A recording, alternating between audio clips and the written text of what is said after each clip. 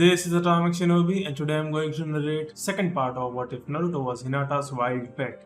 If you enjoy this video, please like, share and subscribe to this channel. Now wasting no more time, let's start the story. As he gazed at Hinata sleeping beside him, her chin resting in her left palm to support her head, Naruto hummed to himself. As he watched other students enter the classroom, eager to learn who their teammates would be, which team they would be on, and which sensei they would be assigned to, he let his tails waggle idly behind him. As he watched his fellow shinobi enter, he noticed some faces he had never seen before, some he knew well, and some he didn't care to know. He stopped wagging his tails, narrowed his eyes, and detected a scent. With the same red hair, the same stoic face, and what Naruto perceived to be the stench of a demon, he watched warily as Gaara entered the room. He was aware that he was also a demon, of course, but he saw Gaara as a danger to Hinata. He observed Gaara sitting 2 rows below Naruto at his desk. Gaara glanced back at Naruto before turning to face the front of the classroom and closing his eyes. Naruto could still clearly recall his first encounter with Gaara. As his boredom slowly killed him from the inside out, Naruto sat next to Hinata. Iruka was rambling on about something that Naruto didn't really care about or understand. He hoped something interesting would occur. He smelled something he would never forget a second later. A man with dark brown hair and green eyes stepped through the open door, followed by a boy with red hair and teal eyes. The man had on a black trench coat, black trousers, and a dark green shirt. The young man in the back of him was dressed in black trousers, a red shirt, and a black headband that completely covered his forehead. Iruka said, "Ah, Roka Zaraki. You're late," and Roka gave a sheepish laugh. Gaara simply stared at the ground as he explained, "There was a small problem that made us late, but now it's fixed, and everything's fine." Iruka said, "This is Gaara, correct?" With a nod, Roka shoved Gaara ahead. Roka simply grinned and walked out of the classroom when Gaara gave her a stern look. Gaara glared at Iruka when he said, "Gaara, if you don't mind, I'd like you to introduce yourself to the class." Iruka and the majority of the class gasped, "I do mind." Gaara glared at Iruka a little more before turning to face the classroom and nodding, saying, "Well, do it anyway. My name is Gaara Zaraki. I don't like a lot of things, and dislike most things. I don't know much of my family, and if you get in my way, you will be shoved out of it," Gaara said with menace. Naruto glared at Gaara while flashing his teeth. As the girls in the room began whispering to one another, Hinata pondered why Naruto was behaving in this way. Iruka gestured to the vacant chair beside Shino and said, "That was something. Thank you, Gaara. Now go take a seat next to Shino." Gaara moved quietly to the desk. Iruka, oblivious to Naruto's vile glare at Gaara, grinned as he carried on with the lesson. But Gaara did notice, and he glared back at Naruto when he looked up. Naruto inhaled deeply and exhaled through his nose, allowing steam to pass through it as well. Naruto and Hinata were sitting outside at a picnic table close to the academy when the lunch bell rang. Hinata's normally joyful expression changed to one of thoughtfulness as she watched Naruto slowly eat his ramen. Hinata said, "What's wrong, Naruto-kun?" And Naruto looked up, blinking. He replied with a phony smile, "Nothing, nada," and Hinata shook her head. "You can't fool me, Naruto-kun." Naruto averted his gaze and lowered his ears. His ears perked up just as he opened his mouth to speak, and he turned to his left. Gaara was carrying a brown bag in his right hand as he walked around the corner. As Gaara walked past him, Naruto scowled and growled in silence. Gaara gave him a sidelong glance before sneering and continuing to ignore him. After giving a loud bark, Naruto chased after Gaara. Hinata yelled after him, "Wait, Naruto-kun. Don't." But he was too fast to stop himself. Just as Naruto leapt, Gaara turned. He grinned when Naruto's claw was stopped by a tiny wall of sand that materialized in front of him. Sand suddenly materialized and covered Naruto in a layer of sand, causing his eyes to widen. Hinata yelled, "Naruto-kun. Leave him alone." For a brief moment, she thought she saw Gaara's eyes flash yellow as they met hers. When he lifted his right hand, the sand rose with it, still encircling Naruto. When Gaara recalled what Jiraiya had told him, he hesitated to close his hand, but Naruto only needed a second to respond. "I told everyone, if you get in my way, I'll shove you out of it." The sand coffin, encircled by blue fire, was punctured by his 9 tails. Gaara's eyes widened as they retreated into the sand coffin and he noticed a red, demonic eye staring at him from within. Then Gaara fell backwards as the sand coffin exploded. After landing on his hands and knees, Naruto shook the excess sand from his golden hair, ears, and tails. He turned back to face Gaara, who had just gotten to her feet. Gaara questioned, "So, you are a Jinchuriki as well?" Naruto remained silent for a full minute, his face still displaying anger. "Fox no know what Panda talk bout, but Panda no mess with nada," Naruto said. Naruto warned him, "Mess with nada. Fox kill you before you blink," and Gaara trembled for a moment before stopping and getting to his feet. Gaara walked away without saying anything more, and Hinata gave Naruto a weird look. "I see." She kept watching him as he turned to finish his lunch, saying, "That's the first time he's ever used words to threaten someone." Naruto.kun, what's up? Naruto had been keeping a wary eye on Gaara ever since. He was suspicious of Gaara's intentions because it appeared that he only took actions that would benefit him. Even so, Gaara was unable to make Naruto unhappy because he was aware that the likelihood of him being assigned to the same team as him and Hinata was slim. Upon the arrival of every student, Iruka entered the room grinning and holding a clipboard. "Welcome to your last day in the academy. I'd first like to take the opportunity to say that it's been a pleasure teaching each and every one of you. You're all special in your own way, and I hope you all have a successful and prosperous career as shinobi of Konoha," Iruka said with a grin. "Now I'll get to team assignments. Team 1. Naruto mutely listened to Iruka while he awaited the calling of his or Hinata's name. He gazed at Hinata, who was probably doing the same thing as him. He saw happiness in Hinata's lavender eyes and gazed into them with delight. Her short indigo hair gleamed from the fluorescent lights above them, and she had a slight smile on her face. Though he knew he shouldn't, he wished he could express his feelings to Hinata. She was nothing less than a princess, and he was a demon. He was aware that she could never be his mate, despite the fact that her scent was seductive and captivating. At least not right now. He could still recall what he had discussed with Heishi the previous evening. The sweet scent of ramen filled the air as Naruto left Hinata's room in the middle of the night. He entered the dining room with his eyes closed, and upon opening them, he was taken aback to see Heishi seated in a chair across from him, a bowl of ramen in front of it. Naruto sat on his hind legs on the chair across from Heishi and complied with the command, "Sit down, Naruto." Looking down at the ramen, he was about to plunge his head into the bowl when Heishi intervened. Naruto glanced up at Heishi and said, "Ah." When Heishi told him, "You mustn't eat it until I say you may," Naruto moistened his mouth. Naruto let out a thin, begging whine. "So help me, Uzumaki, if you eat it without my permission, there will never, ever be ramen in this house for you," Heishi said. As if assessing Hiyoshi's adherence to the no-wolfing rule, Naruto gazed into his eyes and said, "I mean it. You can't just come here and wolf down this ramen as if you were some wild beast." Heishi remained motionless. Naruto turned his focus to the ramen in front of him, the forbidden fruit, convinced that this was no mere threat. He stared at it with such intense desire that Heishi had to smile. When Naruto licked the bowl's rim, Heishi asked, "Do you know why I did this?" and began to perspire. Shaking his head, Heishi asked, "Torture Fox for kitchen?" When Naruto stopped licking the bowl, he blinked and said, "No, I just wanted to talk to you about your future." Heishi nodded in response to Naruto's question, "Fox future?" Naruto gazed at the ceiling in awe as Heishi asked, "What is it you have planned for the future?"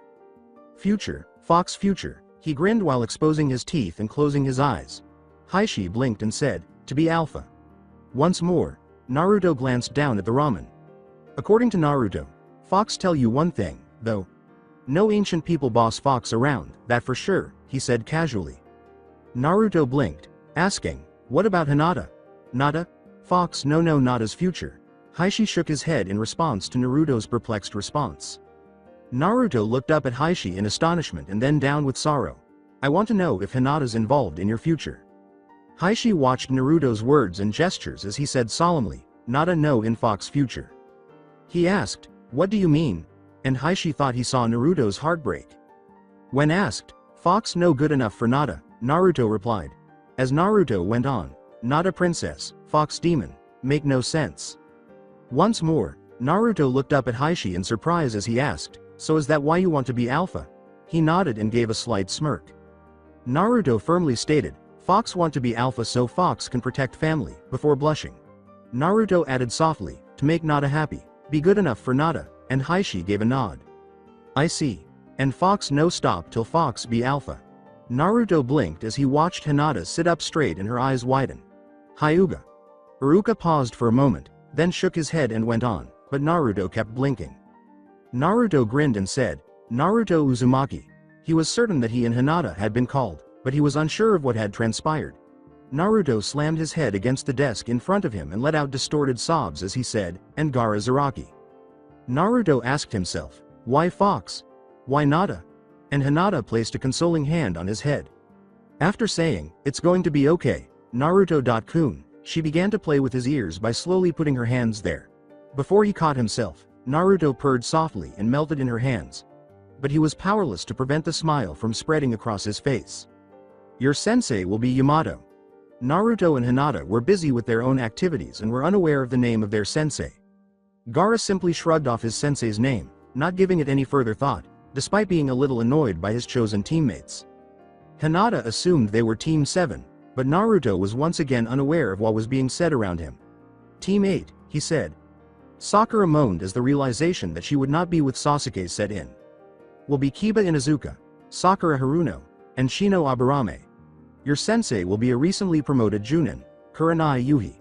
Shino stayed quiet while Kiba mocked being on the same team as a fangirl.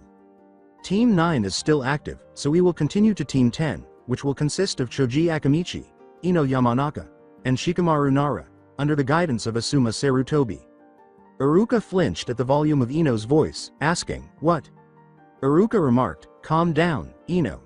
If you have a problem with the team setup, then talk to the Hokage," and Sakura held up her hand. "Yes?"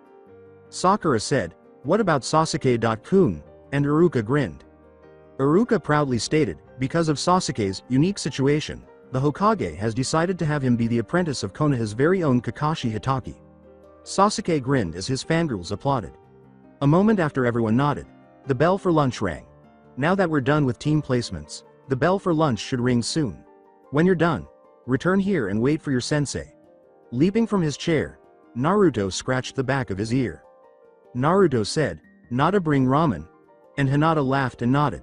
Naruto exclaimed, "Fox hungry," as he trailed behind Hinata, who snatched up a bag of ramen.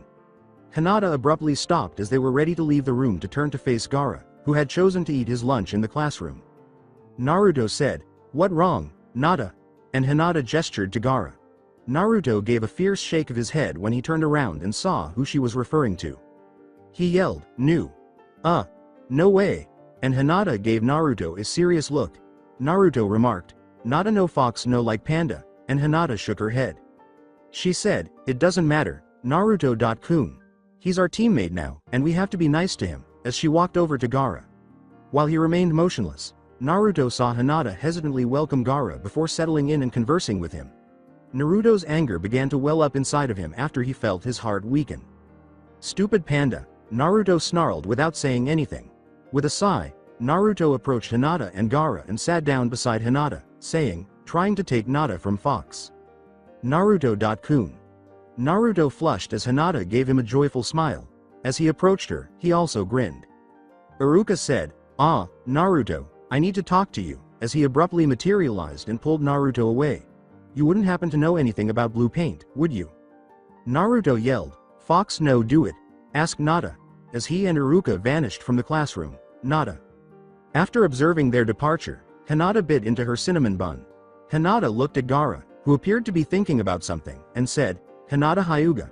Gaara said, "That is your name, correct?" And Hinata gave a nod. She replied, "Yes it is," and Gaara gave a nod.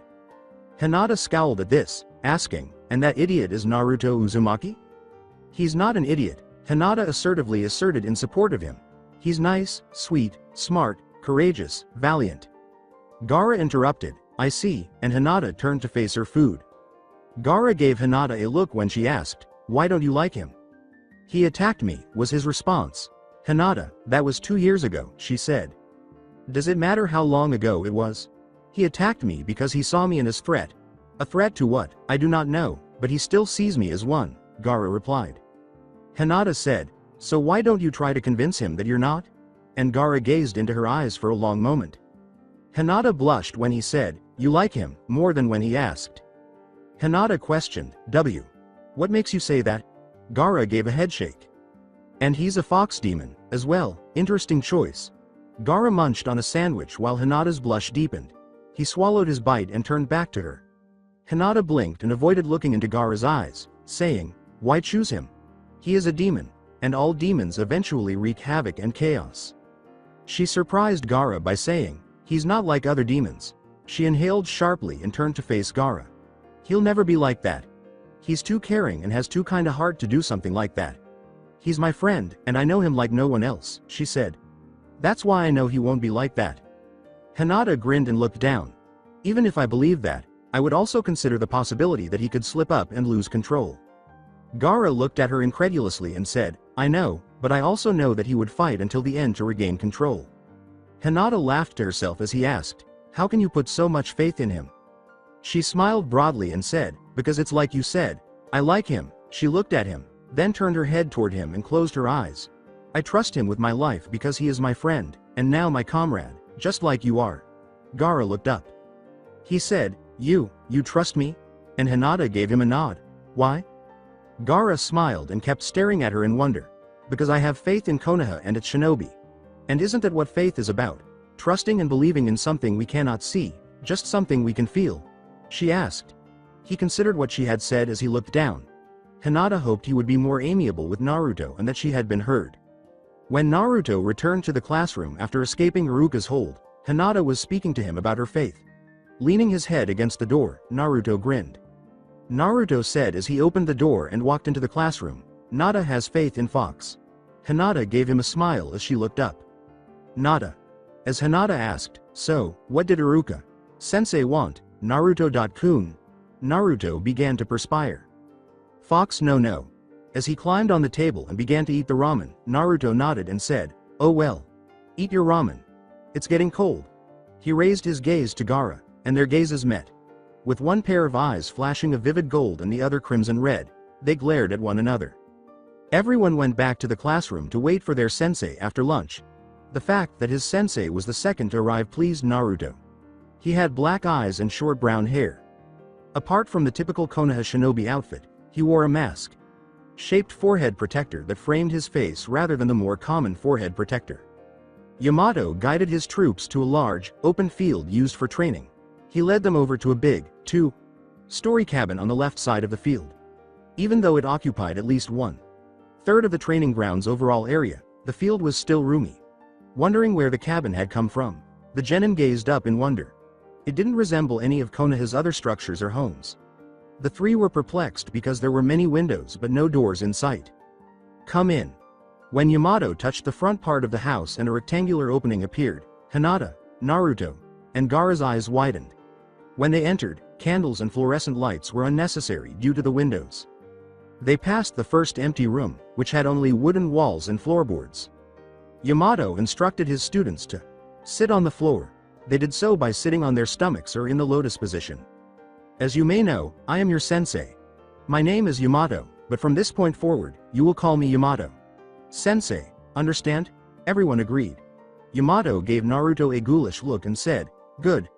I like being nice and friendly, but I have no problem ruling by fear either." Naruto flinched. Naruto gave a sharp nod. "Got that?" Yamato's ghoulish eyes vanished as he smiled. He paused and became serious, saying, "I think this team has the makings of being a great genin team. However, I still need to test you." Gaara and Hinata blinked their eyes. "A test?" inquired Gaara. Hinata remarked, "But we already took the graduation test. That was to see who has the capability of becoming a shinobi. My test will help me see if you're fit to be a shinobi for Konoha. It's my discretion that will decide if you become an actual genin or just an academy student." Yamato continued. He got up and walked out of the room. He called out from another room, "Follow me." Team 7 followed him to an open door that opened into an underground room. Naruto, the first person to descend the stairs, was taken aback to discover a room that was roughly half a mile wide and had a ceiling 10 times higher than his own. When Hinata and Gaara entered the room, they were taken aback as well. In addition to weights, 2 treadmills, and punching bags secured by a single, heavy chain, there were other items. There was a refrigerator in the corner and 3 doors across the room. "This is the shelter, training room we'll use from time to time," Yamato continued. "However, this room is for light spars and other things. If, for whatever reason, you want to go all out or think that you might cause significant damage, then take it outside," he went on to smile. "Speaking of which, let's all head outside." Naruto continued to gaze at the refrigerator before trailing behind his teammates, who had already left. Yamato stood in front of Hinata and Gaara. while Naruto stood beside them after venturing outside. Yamato declared, "We will now begin the test." Yamato grinned menacingly as he watched Hinata grow anxious, saying, "I will be watching your every movement and examining your thinking abilities, leadership styles, how well you follow each other's commands, offensive techniques, defensive techniques, and much more." Hinata questioned why Naruto and Gaara smirked when they said, "Your objective will be to defeat me in battle. My objective, besides what I have already told you, will be not to lose. If you don't want to fail, I'd advise you give it your all and come at me with the intention to kill." He said, "Now, who would like to go first?" Hinata hesitated for a moment before raising her hand. "Thank you, Hinata." "Thank you, Kami." As he and Hinata faced each other in the center of the training ground, Yamato thought, "I didn't want to go up against Naruto first, or Gaara." Naruto and Gaara watched expectantly to see what their sensei could do. "Whenever you're ready, Hinata." With a shy nod, Hinata inhaled deeply, closed her eyes, and then shifted into her clan's fighting stance before opening them. Before running up to Yamato and thrusting an open palm at his stomach, she declared, "I'm ready." She knew she wouldn't hit him and wasn't shocked when he flipped away from her, but she still ran at him in the hopes of at least scratching him because she didn't want to fail the test. Hinata ran alongside Yamato at her maximum speed, attempting to kick his feet out from under him, but he managed to get out of her reach and put some distance between them. When Yamato touched the ground and made some hand gestures, Hinata's eyes widened. Earth style. Stone spears on the rise. Stone spears began to emerge from the ground as he yelled, and more began to rise and move in Hinata's direction. "Nada!" Naruto screamed in concern. Hinata, not wanting to die yet, leapt to her feet as the ground beneath her trembled and a stone spear emerged from it. She used her amazing sense of balance to land on the spear's tip. Hinata leapt from the spears and used them as leverage to push herself in Yamato's direction, all the while focusing on not slipping and dying. Her agility, balance, quick thinking, and resourcefulness impressed Yamato, but he knew she needed to do more to pass his test. After propelling herself high into the air with a spear, Hinata hurled a kunai at Yamato, who didn't even bat an eye when it missed him innocuously. As she landed a few feet ahead of him, he noticed, "She doesn't want to hurt me." Instead of leaping back, he pushed her hand away as she ran at him and attempted to place another palm on his midsection. Then, using a rapid series of hand signals, he placed an open palm an inch from her stomach. He shouted, "Water style! Water wave palm!" as Hinata was flung back 12 feet by a constant stream of water that exploded through his palm. Before she hit the ground, she straightened herself and stepped out of the water's path, out of its grasp. Yamato grinned and put an end to the jutsu. "I can't defeat him." Hinata dropped her stance and thought, "He's too strong." Yamato blinked as she said, "I can't win, I'm sorry." When he asked, "You're giving up?" Hinata sadly nodded her head. "You have a variety of jutsu from long range to short range, while I only have the gentle fist, which is used for short range fighting. I'm outmatched," she said with a grin. "So, this one does think, huh?" Yamato gave a nod. Nicely evaluated Hinata. Yamato looked at the Jinchuriki and Fox Demon of Konoha. The point of this, Fox thought, was not to lose, no attack, Naruto yelled.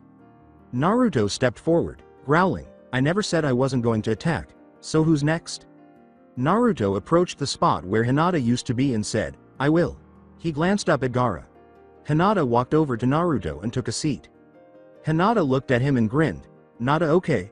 She turned her head away, embarrassed, and said, "I'm fine, Naruto-kun." Hinata said, "I'm sorry I couldn't do it. I guess I'm not going to pass." Hinata gave Naruto a sidelong glance as he said, "Fox think Nada did great." Hinata grinned and Naruto grinned while closing his eyes, saying, "If Nada no ninja, Fox no ninja." With a nod, Gaara asked, "Ready, Gaara?" Without wasting any time, Gaara raised his hand and the sand danced as it rose from the ground, saying, "You may start." He pointed a finger at Yamato, leaving his index finger bare. The sand hurried in Yamato's direction, obeying his silent commands. When it finally wrapped itself around Yamato's waist, Gaara ordered the sand to launch him into the air. Yamato ducked the sand as it attempted to devour him. Yamato made hand gestures, surprised at how far Gaara could throw him. Water style. Ripping torrent. Yamato turned his palm toward the ground as water swung around his right hand. He sprayed the ground with the water, and his fall slowed significantly. Water splashed around as a result of the spinning water striking the ground. Naruto shook off the water that landed on him after Gaara's sand absorbed it. As she shielded her face from the water, Hinata laughed. Yamato landed without incident and dashed toward Gaara, Gaara retreated a step, but Yamato kicked his chest and was over him before he could move again. As the breath left his lungs, Gaara retreated one more step before grinning and turning into sand. This, along with the fact that sand now covered his foot, did not surprise Yamato. After he hit the ground, Yamato made more hand signals before Gaara came out. Earth style. Hidden mole jutsu.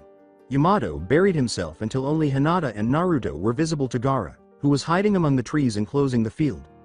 When Yamato suddenly appeared out of the earth and landed on both feet, he fled his hiding place as he felt the sand move underground. Earth style. Great Mud River. Yamato created new hand signals as the ground beneath him and Gaara turned to mud. Earth style. Earth Dragon Bomb. Yamato saw a mud dragon's head materialize before him, open its mouth, and shoot concentrated mud at Gaara. As he caused the sand to rise and solidify in front of him, Gaara grunted. Although it struck the sand wall, the concentrated mud was unable to pass through it. As Yamato dashed towards Gaara and leapt over the sand wall, he thought, he has a pretty good defense.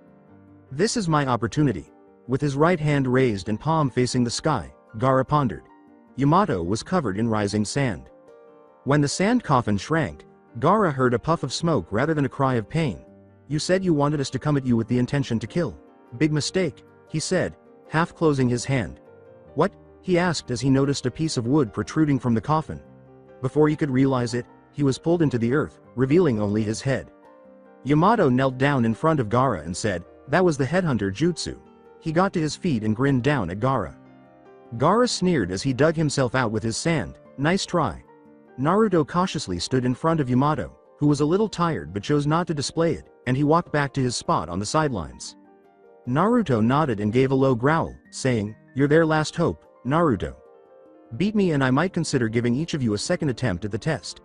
He inhaled deeply, and rather than exhaling as Yamato had anticipated, Naruto released a brief flare of flame. Gaara and Yamato were taken aback by this, but Hinata was aware of his actions and kept a close eye on both of them.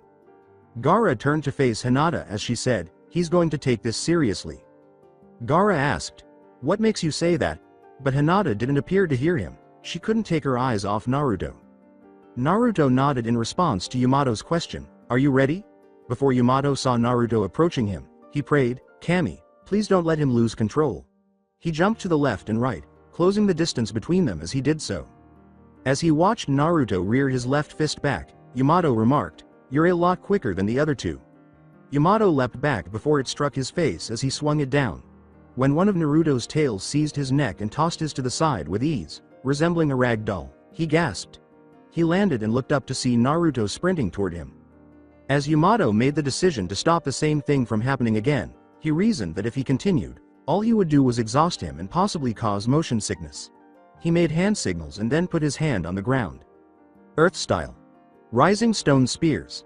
Stone spears erupted from the earth once more and raced in Naruto's direction.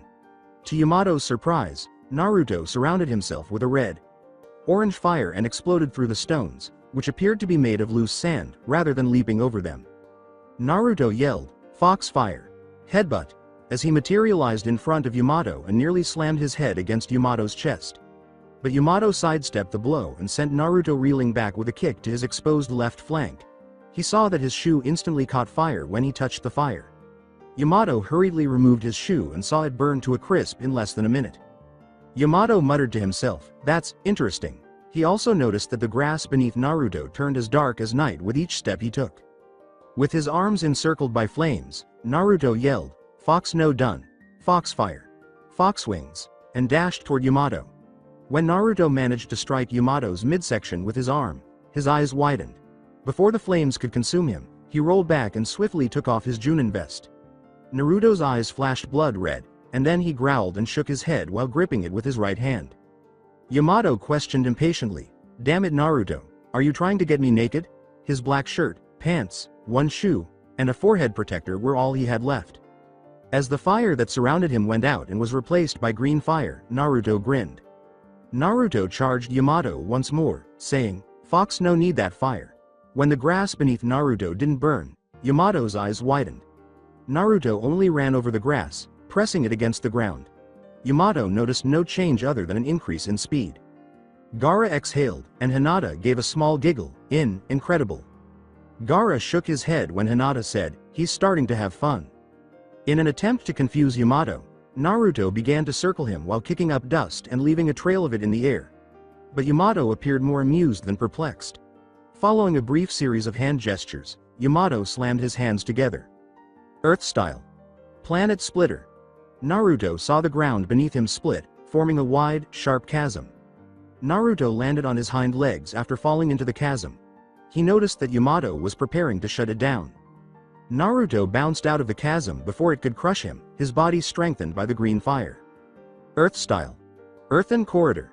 Naruto was imprisoned inside a cavern that materialized above him. From the outside, Yamato tapped the cavern with pride. Yamato taunted him, saying, "If you give up now, I'll make sure that the cavern doesn't fall over you." When he heard Naruto complaining inside and sensed the cavern's temperature rising, his eyes widened. A few seconds after Yamato left the artificial cavern, Naruto exploded through it, encircled by crimson flames, and then caused it to vanish. Earth style. Devouring earth. Stone. Like jaws rose up out of the ground and attempted to ingest Naruto. But as he charged his blue fire, he was not having that. Foxfire. Kitsune's roar. Naruto inhaled deeply before unleashing a barrage of blue flames that obliterated the stone jaws. After landing next to the demolished jaws, Naruto turned his blue fire into red, orange and inhaled deeply. Another stream of fire erupted from him, aimed directly at Yamato.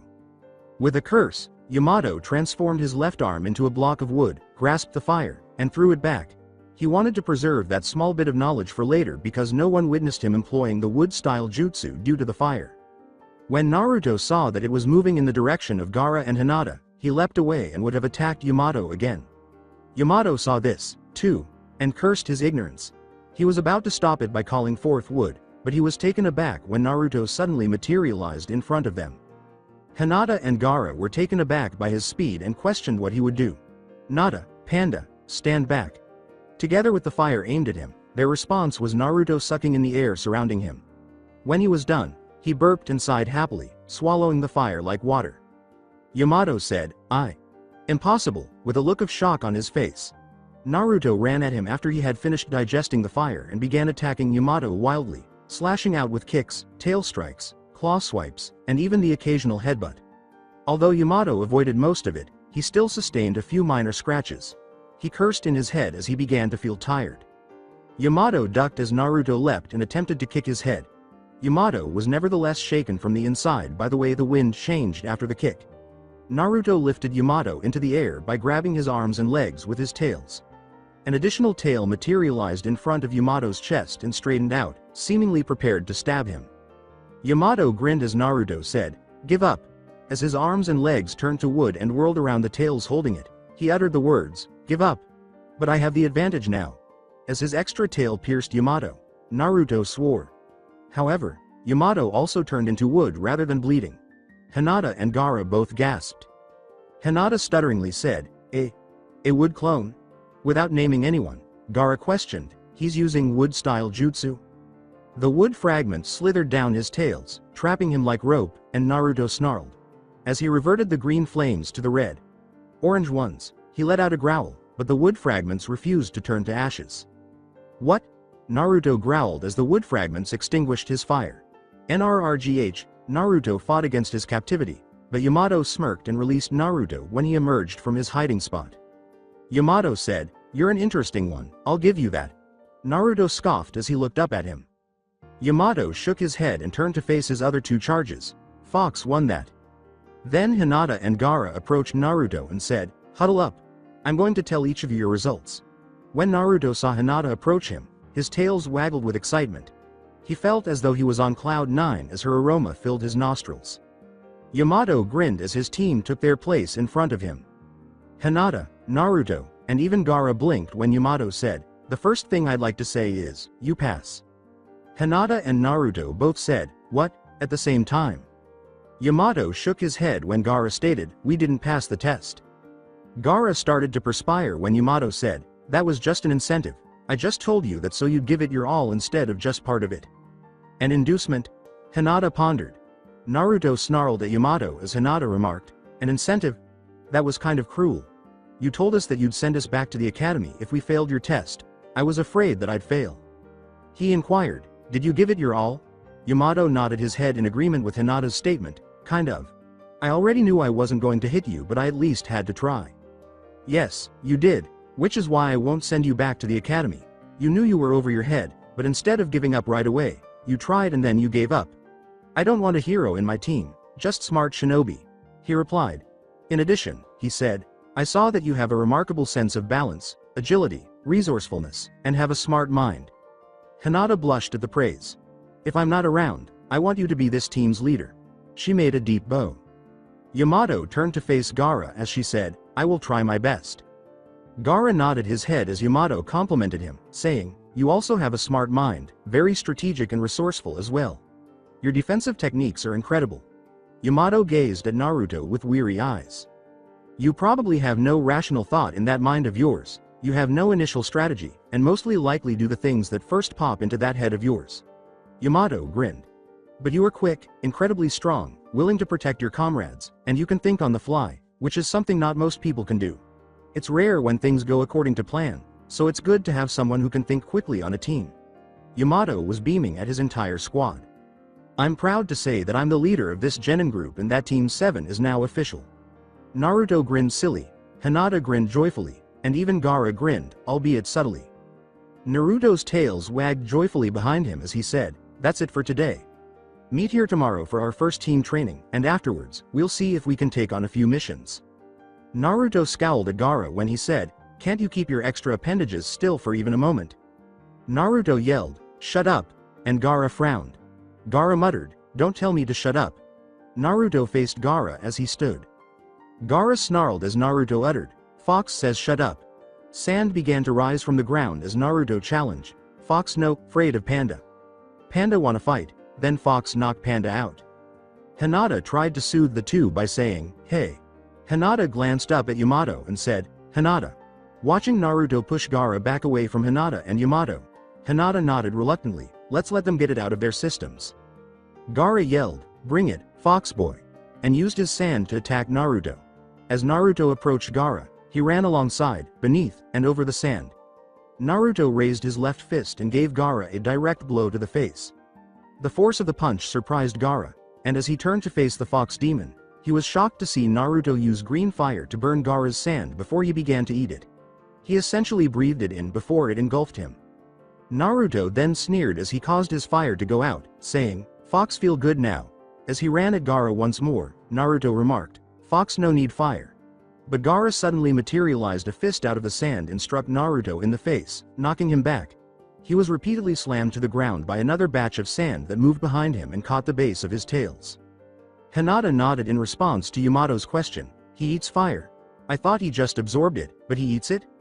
Naruto.kun had completely absorbed the Kyuubi sealed inside him, giving him most of its abilities. Yamato was informed by Hinata. There isn't a type of fire in the world that can affect Naruto in the slightest. Yamato observed Naruto punching Gaara some more while taking in the information.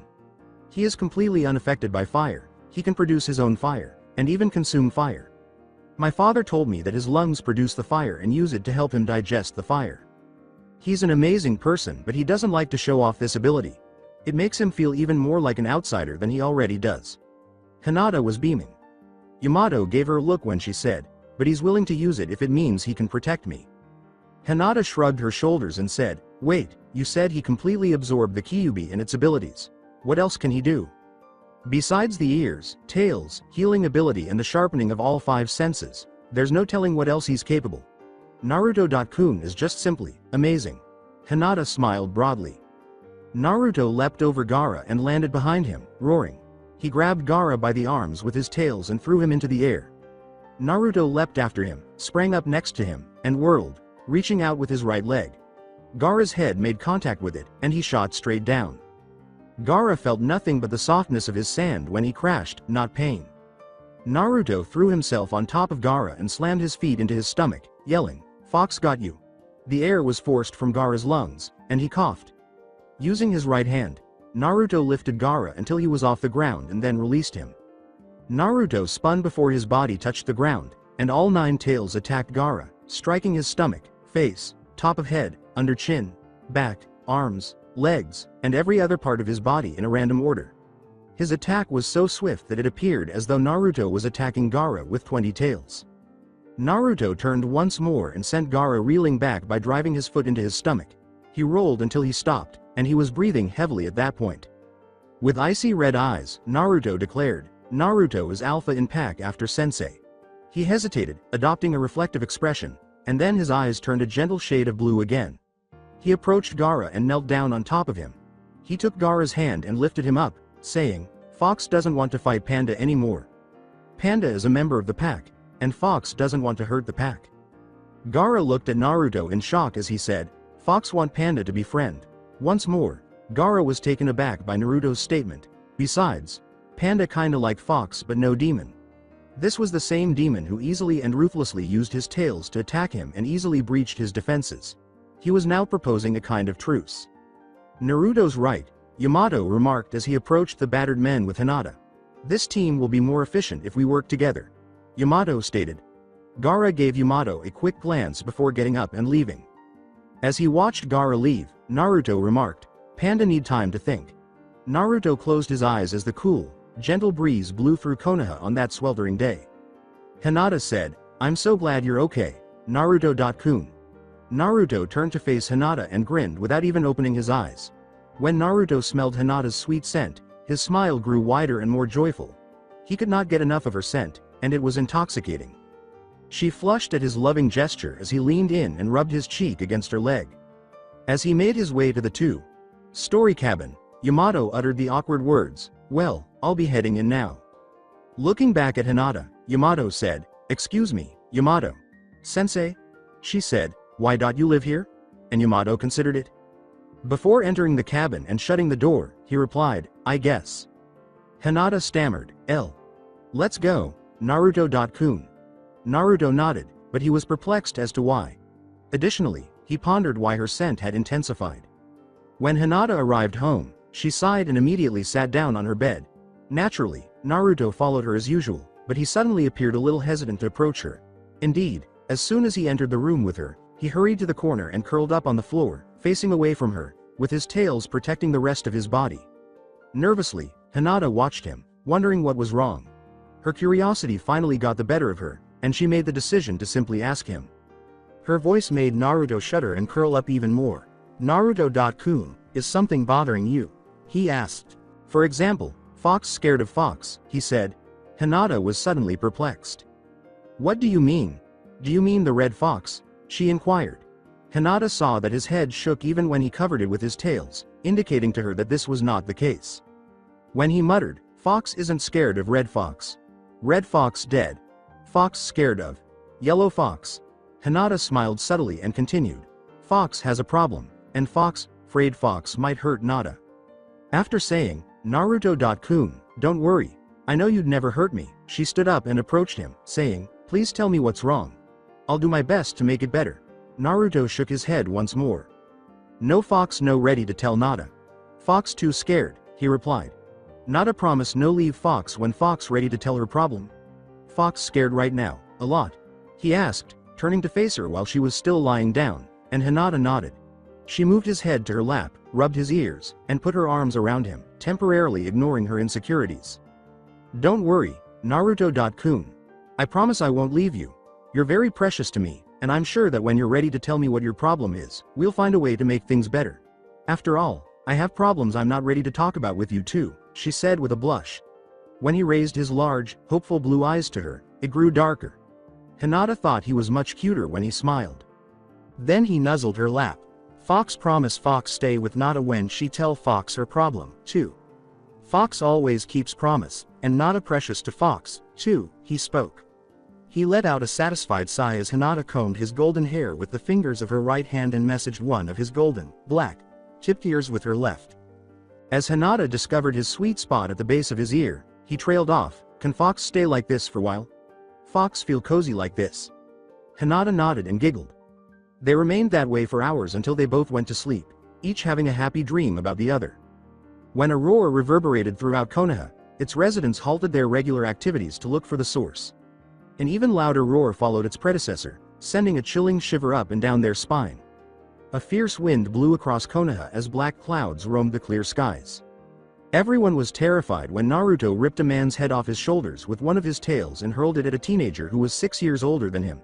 As Naruto continued his rampage, more terrified screams echoed through the village.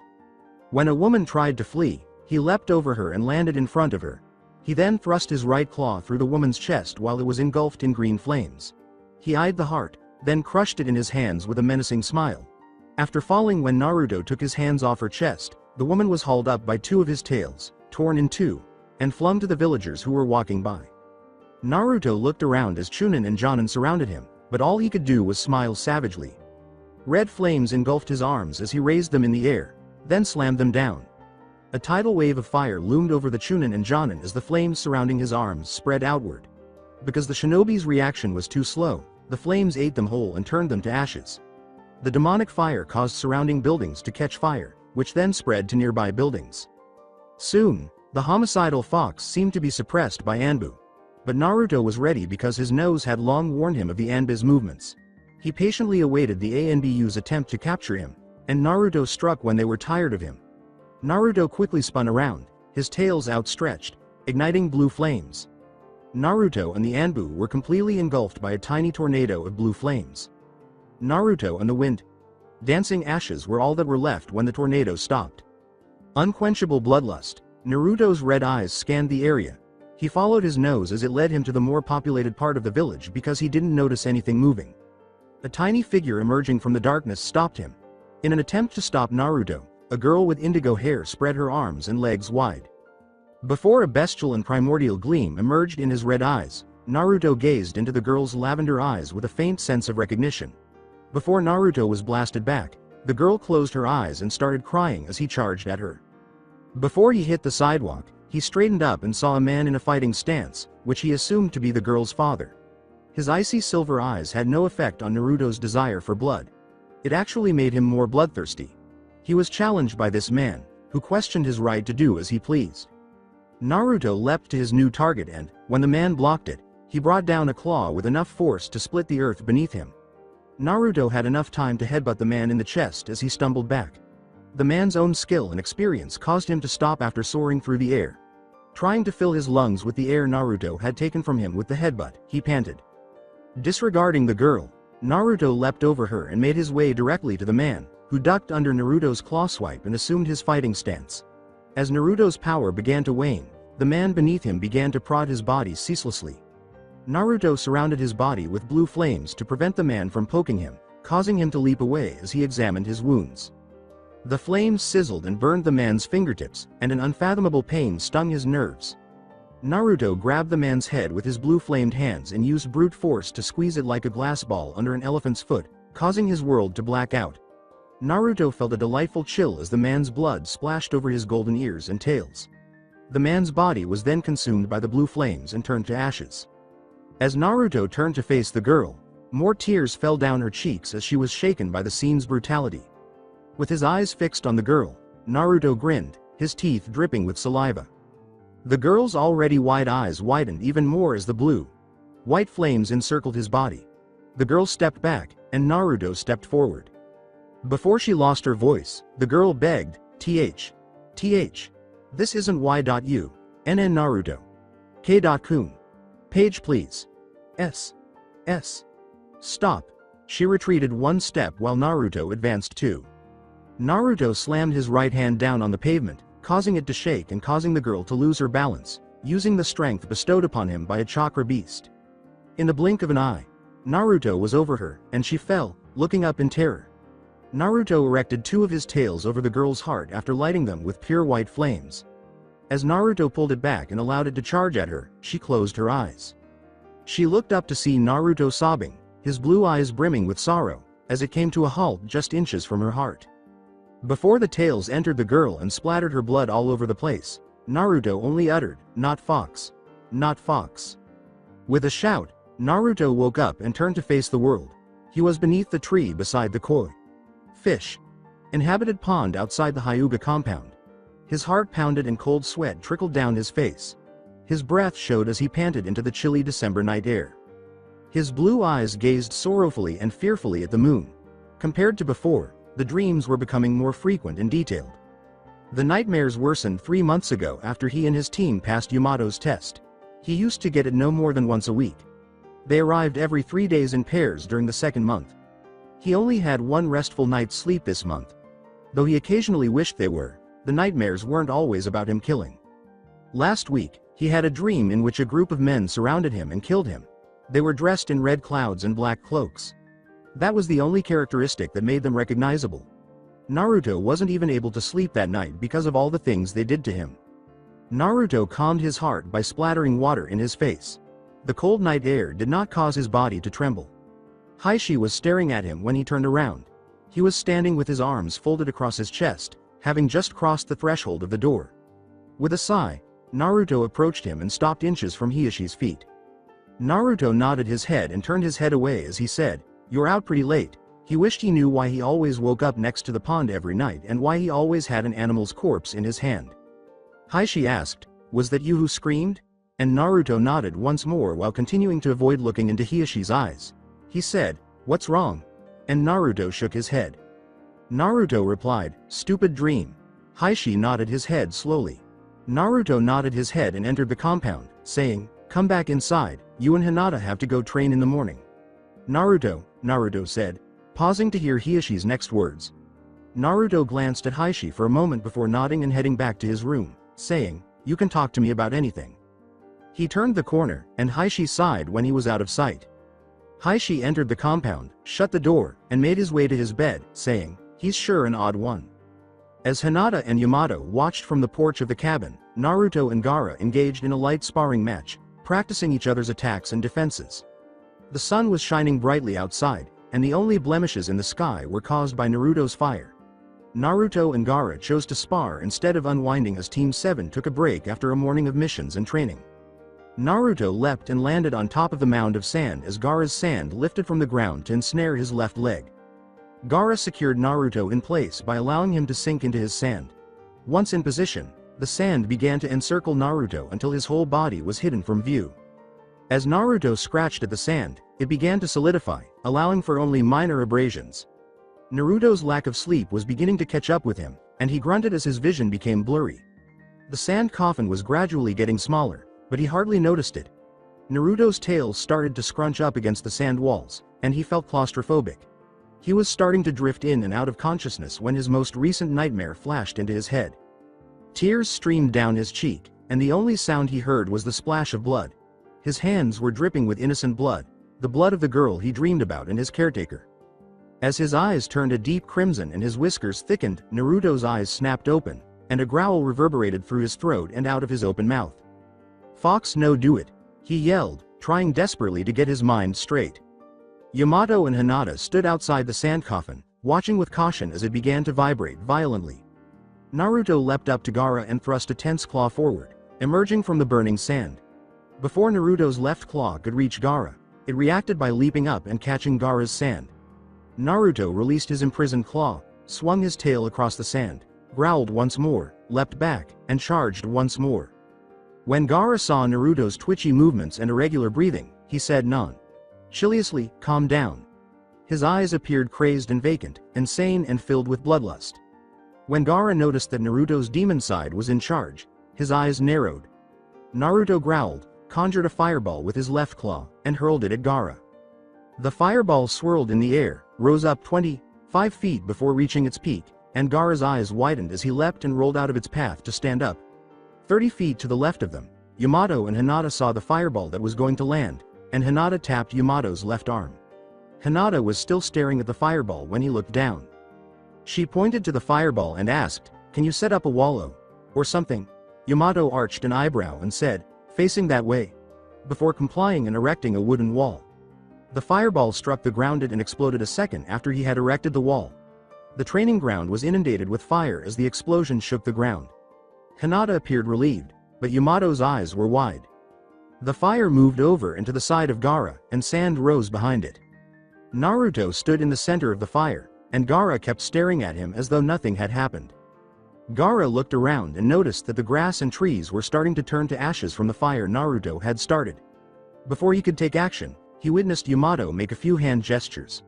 Naruto rose and took in the fire all around them. The fire leapt from the living things and landed in Naruto's mouth, drawn to him like moths to light. Fire accompanied the air as Naruto exhaled through his nose. Now that the fire had been extinguished, Gaara could focus more intently on his loose cannon comrade, taking a deep breath with his hands and arms parallel to the ground in front of his chest. Gaara released the breath and appeared to use his hands to push something invisible down until they came to a stop around his waist. Sand started to spin around Naruto with this motion, holding him in place. It lifted off the ground and began spinning at speeds that were impossible for the average person to follow. Gaara's right hand moved in front of his mouth with its index and middle fingers straight, while his left hand reached out with its palm facing Naruto in a single motion. The sand that surrounded Naruto rose and compacted into a cage as he closed his left hand. Naruto glared around before letting out a loud roar. Gaara shook his head, stopping the approaching sensei and teammate as they turned to face him.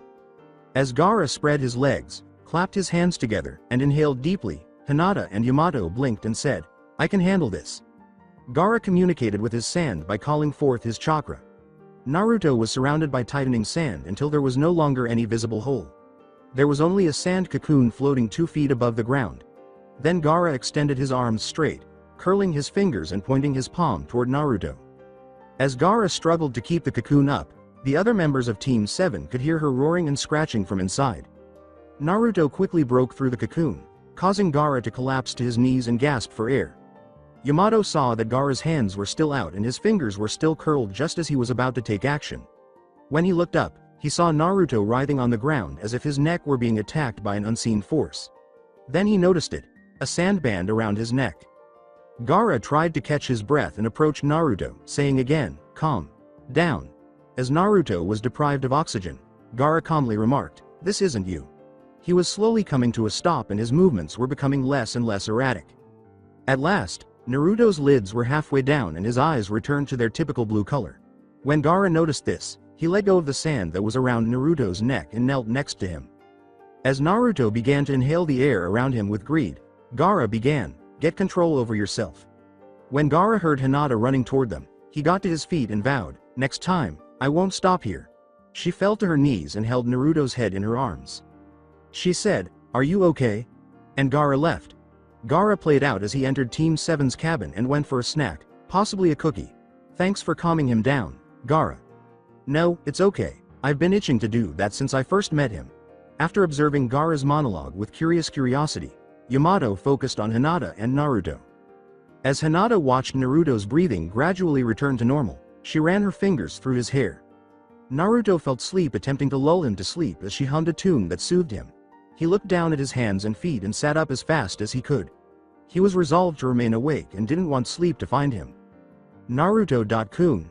Naruto asked, turning to face his best friend and master, because they resembled the girl in Naruto's nightmares. Her lavender eyes, which were full of worry and compassion, alarmed him.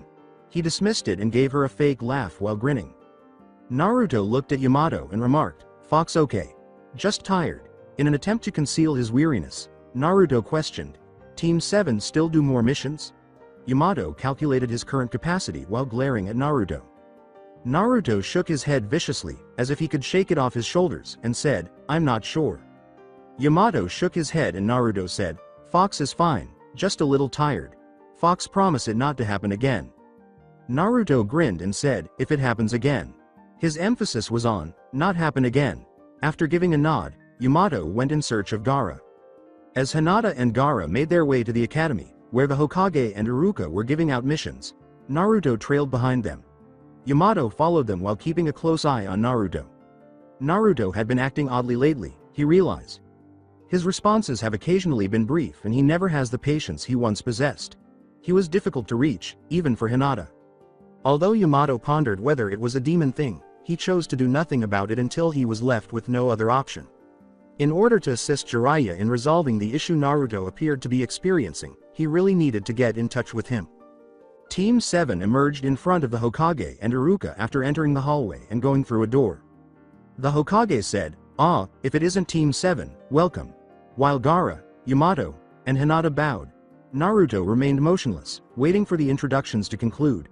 Despite wondering why Naruto hadn't greeted him, the Hokage dismissed it as irrelevant at the time. "Here for a mission? Well, your choices are babysitting, cutting grass for a couple of clients, Walking the Inazuku's pups, Naruto growled before Iruka could say anything more. With a growl, Naruto said, "Fox tired of lame missions. Fox want big mission, action mission."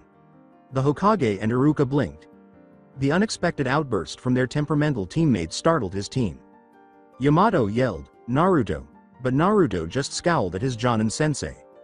Hinata placed a hand on Naruto's shoulder as he reiterated, "Fox want action." He winced and turned to look at her, his brow furrowed and a frown on his face. She noticed that the blue in his eyes was turning to red. When Naruto noticed her sadness, his eyes widened a little. He glanced down in embarrassment as his eyes returned to their original blue color. When the Hokage coughed into his bald up hand, his teammates turned to look at him in bewilderment. Naruto nodded his head in response to the Hokage's question, "So it's action you want, Naruto?" Grinning, the elderly man reached under the desk and pulled out a mission scroll. As though he had lost his mind, Iruka gazed at the Hokage. Iruka questioned, "You're not actually going to give them a C-rank mission, are you, sir?" The third Hokage simply grinned. Before the two turned to Team 7, Iruka reluctantly nodded his head in agreement with the Hokage's insistence that, "Calm down, Iruka. It's only a body guard mission." The Hokage said, "It's a simple mission of escorting a Takigakure shinobi back to his home." Naruto's eyes glowed mischievously. "He'll be waiting at the gates while you prepare yourselves. Pack accordingly."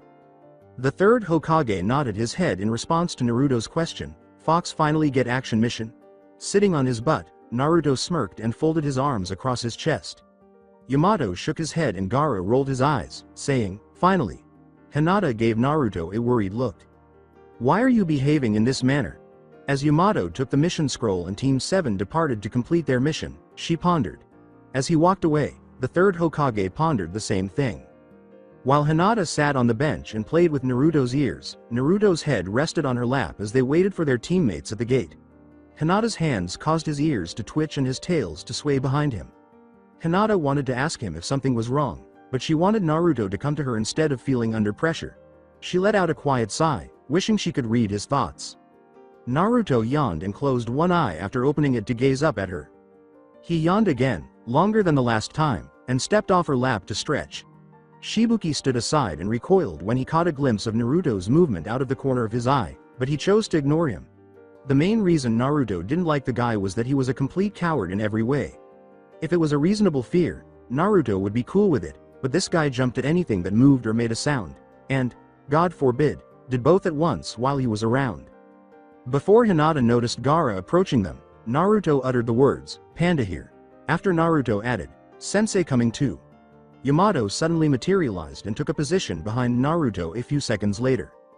After Gaara showed up, Yamato stood beside Naruto and remarked, "I see everyone's here."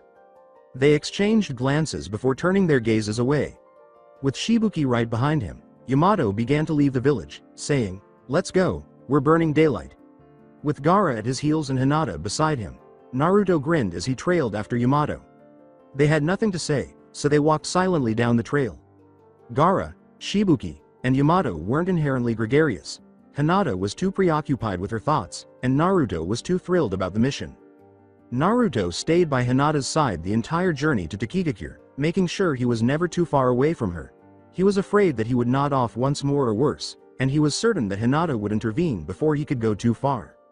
Everyone on Yamato's team, with the exception of Naruto, showed some sort of relief when he said, "We're almost there." He had kind of hoped Shibuki would be attacked by some bandit. Nevertheless, being in the wild, where he felt more at home, was refreshing to him. Yamato glanced at Shibuki as he said, "Finally, I can't wait to be home." Shibuki nodded as Yamato stated, "I heard from the Hokage that you are the son of Takigakure's leaders." Yamato turned away as Shibuki explained, "I am, but since father passed away, that leaves me with the task of running Takigakure." Shibuki shrugged it off, saying, "I'm sorry to hear that." He said grimly, "It was bound to happen." After that, the conversation stopped, and they soon came to a waterfall. Two kids were there, close to the edge. When they saw Shibuki, they looked up and grinned. They yelled, "You're back," and rushed to give the village chief's son a hug. Naruto noticed that one was a girl with long black hair, black eyes, and a red ribbon tied to her hair, and the other was a boy with short brown hair and green eyes. The boy grinned broadly as he glanced up at Shibuki. Shibuki paused before turning to Team 7 when the boy asked, "Want to help us clean up the water?" As Yamato gave it some thought, Gaara, Naruto, and Hinata perspired and asked, "Do you guys want to separate, new mission?" Shibuki turned to the Takigakure children and nodded, saying, "Sure, just send the extra pay later." Their eyes glowed like a Christmas tree when Shibuki said, "These good people from Konoha are going to help you clean this place. In fact, why don't you two supervise their work?" "That'd be awesome," they both exclaimed at once. Naruto remarked, "What a rip-off." Then he turned to face Yamato, asking him if this was real. Yamato gave a head nod. Shibuki made the kids laugh by joking, "Well, this place isn't going to clean itself up." A hawk soared above them, sending a message to everyone within its range. Yamato's eyes narrowed as he looked up. "It seems I'm needed somewhere else. However, I don't think it would be wise to leave you three unattended." Yamato hesitated. Shibuki gave a submissive wave of his head. After giving Shibuki a quick glance, Yamato shook his head and said, "I'll have someone escort them back. For now, I'll keep watch over them." He turned to face Naruto and said, "I think it'd be better if I stay here." Naruto chose to ignore him. Naruto, Hinata, and Gaara started cleaning up the waterfall with a solemn, "Let's start already." They completed it quickly, and Naruto grinned when they did. Naruto yelled, "Fox hungry. Want nom on ramen," while Yamato and Hinata grinned. Team 7 looked at Shibuki after he said, "No offense, but I have no intentions of revealing Takigakure's entrance to outsiders. Please leave." Shibuki simply stared back, his expression conveying that he was serious about what he had said. After a moment of silence, Yamato raised his hands in defense. "That's fine with us. We'll be on our way now," he replied. Naruto moaned as he leapt out of the water and shook off all the extra water from his hair and fur, saying, "Come on guys, both of our missions are complete." Gaara simply walked after using his sand to pick up the trash rather than getting wet, while Hinata kicked off extra water from her feet. Wet sand is preferable to wet sand armor in his opinion. As Team 7 started to make their way home, a woman emerged, panting heavily, before they could get very far. The young girl cried out in alarm, "Mommy!" and the woman collapsed to her knees. Hinata and Yamato were with the child as he ran to his mother. At their own pace, Gaara and Naruto approached the woman gradually. When Yamato said, "Are you okay, miss?" the woman opened her eyes, and Shibuki was the first person she saw. With urgency, the woman exclaimed, "Shibuki! Sama! The village is under attack." This was shocking to Shibuki, the kids, and Team 7, and the woman passed out before anyone could question her.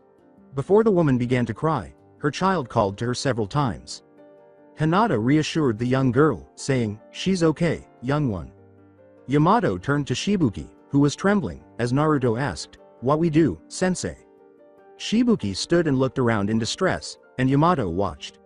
Yamato made the decision, "We should leave." Naruto and Gaara looked at him in dismay. Shibuki questioned angrily, "What? Our mission was to escort you back to Takigakure and then we were given the extra task of cleaning up the waterfall. A C and D rank mission. This new mission would qualify as an A rank mission, something my team is not ready for." Yamato clarified and Shibuki stared at him. Shibuki questioned angrily, "So you expect me to go in alone?" Shibuki changed his glare as Gaara shot back, "A second ago, you were forcing us to leave. A second ago my village wasn't under attack." Gaara continued, and Shibuki gritted his teeth. "As far as you knew." Naruto positioned himself between Shibuki and Gaara, glaring back at Shibuki with a serious expression. Naruto said gravely, "You Alpha fight to defend territory, help or no help. Fight Alpha." Shibuki was completely shaken by the emotion in his cerulean eyes. Naruto abruptly narrowed his eyes and turned his focus to the waterfall. His tail started to waggle slowly as his ears perked up. Wondering what Naruto was staring at, everyone awake turned their focus to the waterfall. Approximately 50 kunai and shuriken unexpectedly emerged from the waterfall and made their way toward Shibuki, the kids, and their mother, who were part of Team 7. With a primal roar, Naruto rushed in the direction of the shuriken and kunai and interfered with the flying weapons.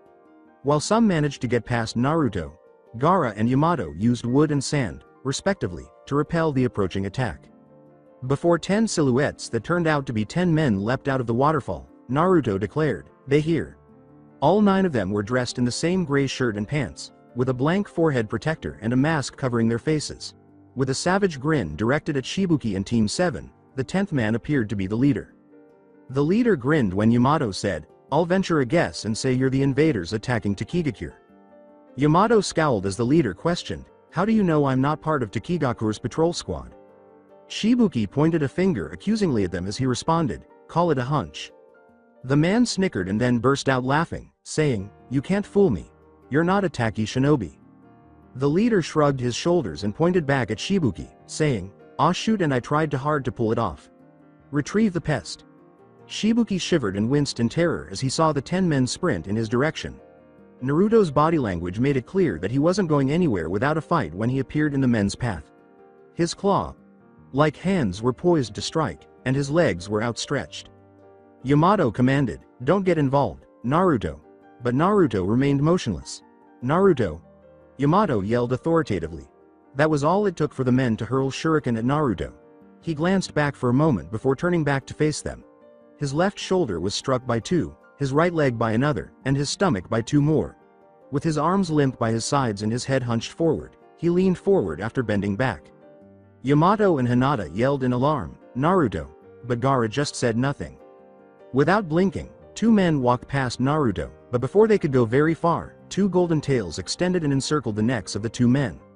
The tails violently pushed the men into the ground after lifting them off their feet and into the air. They had buried their necks and heads deep in the ground. The remaining men were stunned into immobility as Naruto lifted his head and gazed into their eyes with his crimson eyes. Yamato made eye contact with Gaara, nodded his head, and pointed at the men. They exchanged hand signals after Gaara nodded his head in response. Sand and wood rose from the ground and skewered the men before they could break free from their paralysis. Before being impaled and rushing back into the waterfall, only the leader managed to leap away. Naruto yelled, "Come back, pray," and sprinted in the direction of the leader. Before sand encircled his left leg, he managed to reach the waterfall's edge by avoiding the wood and sand that attempted to trap him. With a growl, Naruto released his leg by swiping his tail across the sand. 20 Narutos materialized when he made a single hand gesture. As the Narutos fled in separate directions, Yamato and Gaara looked on in shock. As they each used their element to try to capture the Narutos, Yamato informed Gaara, "He'll probably head for the waterfall." They fought as they apprehended each Naruto individually, and once there were none left, the mischievous group was brought before Yamato. After counting them, he apparently wasn't happy with the outcome, so he did it again. Unpredictably, fate responded to the wood user with a blur that ran through the waterfall and on top of the water, asking, "There are only 19. Where's the 20th one? Damn it, Naruto," swore Yamato. Yamato nodded his head in agreement as Gaara stated, "He's getting us involved."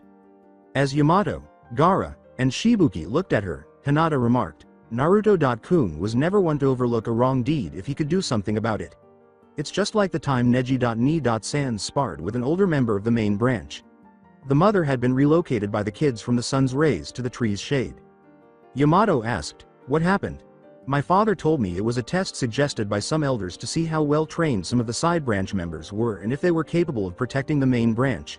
Then things became more complicated." As they both parried and avoided each other's blows, Neji and Hyoko Hyuga appeared to be on an equal footing. Neji was 10 years old, and Hyoko, a member of the main branch, was roughly 3 years older. From the sidelines, Naruto, Hinata, her father, and the other Hyuga elders observed their movements. The fight was broken up by the elder who had personally trained Hinata. Hyoko and Neji separated themselves and waited for the elder to provide more guidance. Hinata's eyes grew wide. "That was decent for the warm-up," she said. "Wasn't that a warm-up?" she pondered. "However, now we will begin with the actual spar." He gazed at Hyoko intently, and Hyoko gave him a faithful nod. He moved to the sidelines and signaled for them to start. As Hinata watched Neji go toward Hyoko, she blinked. Together, they started the gentle fist, a dance that was well known to everyone in the room. Hyoko told Neji, "Get ready, I won't be holding back," but Neji didn't respond. He immediately targeted his chakra points, and Hyoko wasted no time in taunting him. It was prohibited to use chakra to attack chakra points during a Hyuga spar. Hyoko yelled, 8 trigrams, 30.2 palms, while attempting to communicate with Neji. Every blow Hyoko managed to deliver to Neji still hurt despite the restriction. Hyoko, who was of course faster than Neji, managed to deliver the final blow to Neji's chest, knocking him back. Naruto watched his prey get hammered by the obnoxious Hyuga while flexing his arms and claws on the sidelines. Neji was typically Naruto's target and his enemy because of his inappropriate actions toward his friend and master. Naruto was untouchable, but his instincts always told him to fight off the Hyuga whenever he got too close to Hinata. Naruto patiently waited for him to make a mistake, and Naruto would be over him like a snake on a mouse the moment he did. But Ne was not his primary concern in this situation. His current enemy was the older Hyuga. On several occasions, Naruto had witnessed the teenager lustfully eye his master. In an attempt to persuade Hinata to take action, he had even driven her into a corner on one occasion. Honestly, Naruto had no idea what he was saying or trying to accomplish, but he knew he had to intervene based on Hinata's posture and the fear emanating from her. He was able to get rid of the pest, but he was never sure when to give up. Hyuko put a palm to Neji's chest and concluded, for T.2 palms.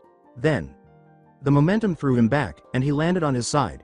He caught his second wind and stood, breathing heavily. Even though the Hyuga clan's technique wasn't as lethal as it was originally intended to be, Neji would attest to that if he ever allowed his pride to get in the way.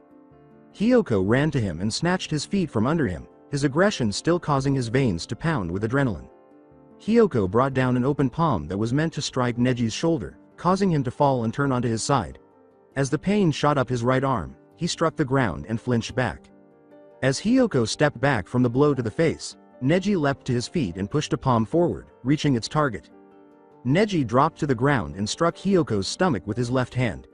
Neji took another step back, turned, and threw up his right leg in the hopes of ending the fight with a technical knockout. But it was not to be, as Hyuko got back up and caught Neji's foot before it hit his chin. As he twisted his hand, he heard Neji's leg pop, and he grunted to keep from screaming in agony. Hyuko held on to his leg even after he fell. Neji finally yelled and wriggled in a futile attempt to free his leg as he continued to twist it while his teeth were clenched. Neji was still screaming in agony as Hyuko kept pressing down on his leg. Heishi calmly said, "That's enough." Although he wanted to stop the fight personally, he was trying to stop it with words. He persisted in torturing the Hyuga, but Hyuko didn't seem to be listening. As he persisted in his assault, the teenager appeared to be lost in his own world. Naruto became enraged at the expression in his eyes. "Hyuko!" exclaimed Heishi, raising his voice above his previous volume. Naruto used Hiashi's apparent disapproval of Hyoko's behavior as justification for the subsequent events that transpired in the moments after Hiashi's yell. Before anyone knew it, Naruto hovered over Hyuko, using the speed that the chakra beast that once resided inside him had bestowed upon him. Hinata looked to her side, blinking in surprise, and realized that Naruto had indeed moved over Hyuko, despite her not seeing anything. Naruto kicked Hyuko in the face while spinning and extending his right leg. An elder yelled, "What's he doing?" and demanded an explanation. To prevent Hyuko from moving too far, one of Naruto's tails encircled his waist. After landing on his feet, Naruto raised his right fist, which struck Hyuko in the face and knocked him back. Hyuko was released from Naruto's tail and flew back until the pressure caused his back to crack the wall. He slid down the wall and stopped talking. Naruto checked to make sure Hyuko wouldn't be getting up anytime soon, and then he noticed that Neji was favoring his right leg. As a man older than Hyuko nearly struck Naruto in the back with a chakra powered palm, Naruto obeyed his instinct and leapt away. In an attempt to scare the man away, Naruto snarled at him. Heishi commanded, "Tomaki, calm yourself," and Tomaki gave Naruto a scowl. The older man yelled, "Don't you dare touch my grandson again," but Naruto seemed unaffected. Hyuko hurried past his grandfather in an effort to restore his lost pride by killing the village outcast. Hyuko was hovering over Naruto when he quickly swiped his right claw, his tail swaying languidly behind him. Blood spurted from Hyoko's fresh wound, and his eyes glazed over. His body collapsed in front of Naruto, who gave him a stoic look as he fell back. Tomaki yelled angrily, "Hyuko!" and fled to exact revenge on his son, who appeared to be dead. However, Heishi stopped him by placing a palm to his stomach, which rendered him unconscious. Heishi instructed the medical nin standing to the side, "Take Hyuko and Neji to the medical wing." Knowing Hyuko, he had assumed that he would attempt to do the same thing that he had done to Neji, but he didn't anticipate that Hyuko would receive the same level of medical care. He handed Tomaki to a branch member and gestured for them to come in. The branch member nodded and departed to carry out Hiyashi's instructions, saying, "Take him to his room and should he wake, inform him of his son's location." The elders reluctantly left the room, leaving Heishi, Hinata, and Naruto alone. "This spar is over. The evaluation will be made at a later time." Naruto had his eyes closed when Heishi said, "Even though the execution was dubious, I'm thankful you stepped in when you did." He grinned wryly as he glanced up at Heishi. He turned to leave the spar room. After giving her father a quick glance, Hinata bowed and followed Naruto. Yamato gazed at the waterfall as Hinata remarked, "I was surprised since he and Neji never seemed to be on the same page." Thoughts flew through Yamato's head, and no one spoke. Hinata said, "So what now, sensei?" At the end, Gaara stated, "It's obvious, we have to save Takigakure." Yamato sighed and nodded his head regretfully. Yamato continued, "It seems so. Naruto has gotten us too involved now." Gaara questioned, "Do you think he'll fall into a trap? He usually isn't very aware of his surroundings." Shibuki glanced at the other members of Team 7 before shaking his head, saying, "Let's hope that's not the case this time." Gaara nodded his head in agreement, saying, "The task ahead of us will be perilous and no doubt we could lose someone if we're not careful." Shibuki said, "Hope? Hope is a useless emotion." Without uttering a word, Hinata gazed at Shibuki. As Hinata readied herself for her first real battle, she thought, "Please, Naruto-kun, come back alive." Like Yamato said, Hinata was terrified by the idea that they might lose someone if they weren't careful. Shibuki led them through the underwater passage to Takigakure, where Hinata and Yamato swam after him. When Gaara realized he would have to go underwater to reach Takigakure, he had stayed behind to look after the mother and her kids. He wanted to remain dry. Hinata used her Byakugan to scan the area as Yamato and Shibuki surfaced. Looking around, she observed a large number of Taki villagers bound and concealed behind trees and the homes that encircled the water. Her awe at the enormous tree in the center of the village stopped her scan. To this extent, she had never witnessed such a natural phenomenon before. "Come on, Hinata." Yamato and Shibuki, who were swimming toward land, interrupted Hinata's reverie. She shook the extra water out of her hair and followed. Shibuki hesitated, then entered the water and swam away, but neither of them saw it. "It's quiet," Yamato remarked, surveying the desolate village. When Hinata reactivated her Byakugan, he turned to face her. She scanned her surroundings and concentrated on the approaching shinobi plummeting from the sky. Yamato nodded his head and made some hand signals in response to Hinata's whispered, "Yamato, sensei." He slammed his hands together, causing wood columns to rise, and slammed into the three unnamed shinobi, saying, "Go after Shibuki." With a nod, Hinata dove into the water and used her Byakugan to find Shibuki, who had just swum beneath the enormous tree. Yamato changed their course by manipulating the wood columns, which caused the shinobi to be slammed into the ground. Yamato believed that after this day, they would not be a hindrance to anyone. He leapt into the air as a water-filled rope attempted to ensnare him. When the two with the water whip emerged, he landed safely. The male shinobi was tough looking, dressed in gray pants, a black sleeveless shirt, arm warmers, and ninja sandals. His gray hair, which was spiked at the top, was about chin length. Over his nose, he also had a teal line marking. The other was a young kunoichi, slender and quite tall. Her light brown hair was held out of her eyes by a white hairband that was worn over her head. She was dressed in navy blue pants, ninja sandals, an open light green shirt, and a pink tube top. "You're pretty quick for a Konoha.nin, the male, Murasama, smirked and then frowned. Yamato eyed Murasama as he added, "But I won't be defeated as easily as those weak punks." Yamato's gaze flicked to Hisame, the female, and then back to Murasama as she said, "Don't forget about me." Murasama spat a burst of water at Yamato while making hand gestures. Yamato made some hand signals, then leapt back and slammed his hands on the floor. Wood style. Domed wall jutsu. Yamato began making more hand signals as a dome of wood emerged from the ground, shielding him from the blast of extremely concentrated water. His chakra was transformed into timber underground, and he raised it to trap Murasama using the wood style 4 pillars prison jutsu ability. Yamato was too fast, but Hisame was stuck, so he thrust his right palm forward, pushing the wooden prison back until it struck a house, causing the house and prison to collapse on top of themselves. As he ran towards Yamato, Murasama remarked, "You're pretty quick."